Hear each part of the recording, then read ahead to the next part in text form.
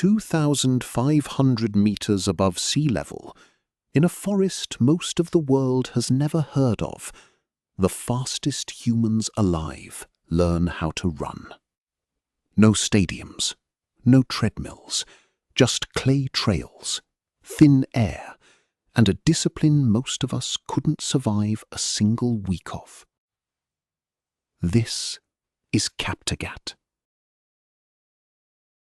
Kaptagat sits at an altitude of roughly 2,400 to 2,700 meters. At that height, the air holds less oxygen, so the body compensates by producing more red blood cells and more hemoglobin. Train here for weeks, then race at sea level, and suddenly your blood is carrying more oxygen than your competitors ever could. It is the same principle behind altitude training camps worldwide, but Kaptagat adds something most high-altitude regions don't have: comfort.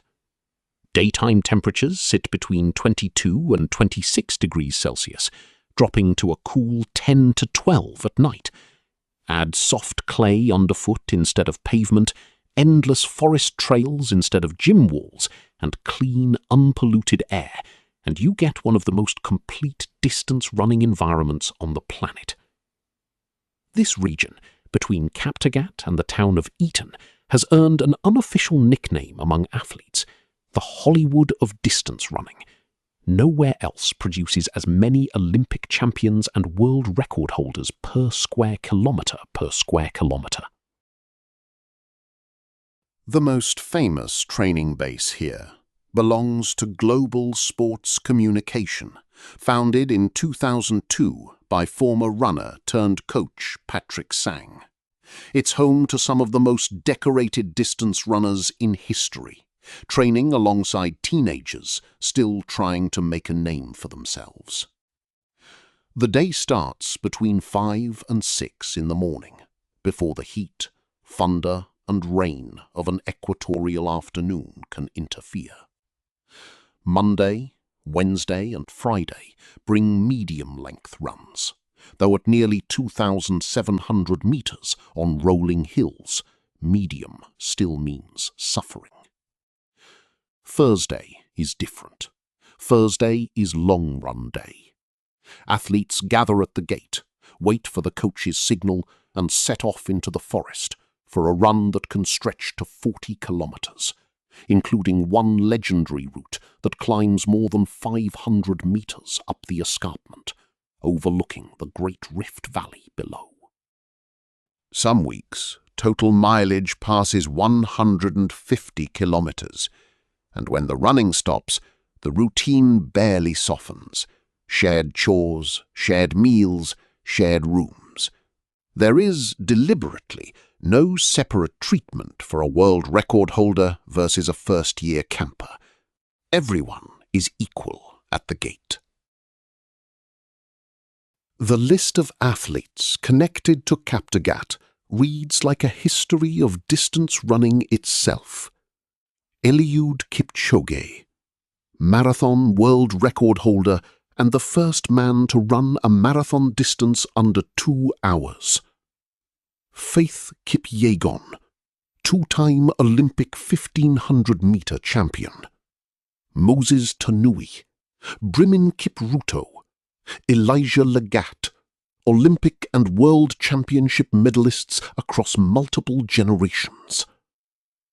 Many of these athletes are away from their families for weeks at a time, choosing isolation over distraction, because in Kaptagat, dedication isn't a slogan, it's the entry price. But the same forest that built these champions has been quietly disappearing. Decades of logging, land clearing for agriculture, and reliance on firewood for fuel have degraded large sections of the Kaptagat ecosystem. The same trails, the same tree cover, the same clean air that makes this training possible. In 2019, Kipchoge's own foundation signed an agreement with the Kenya Forest Service to adopt and help rehabilitate over 50 hectares of forest. It became part of something larger, the Kaptagat Integrated Conservation Programme, which has restored more than 1,280 hectares of degraded forest since it began, protecting water catchments that feed rivers all the way to Lake Victoria and rebuilding biodiversity across the wider region. A UK-funded initiative called Greening Kaptagat, run with WWF Kenya and the Trillion Trees campaign, has gone further, planting hundreds of thousands of tree seedlings, introducing biogas so households rely less on firewood, and bringing piped water to hundreds of homes that never had it. The goal isn't just symbolic, it's survival for the community and for the sport. As Kipchoge has said in his own words, the forest is what lets these runners breathe, and protecting it is what lets the tradition continue. You don't need 2,500 meters of altitude to borrow what makes Kaptagat work. 3 things translate directly to any runner, anywhere. 1. Respect the easy days. Kaptagat's easy runs are still real training, done at a controlled effort, not just filler between hard sessions. 2. Find variable terrain. Soft trails and rolling hills build strength and reduce injury risk in ways flat pavement never will.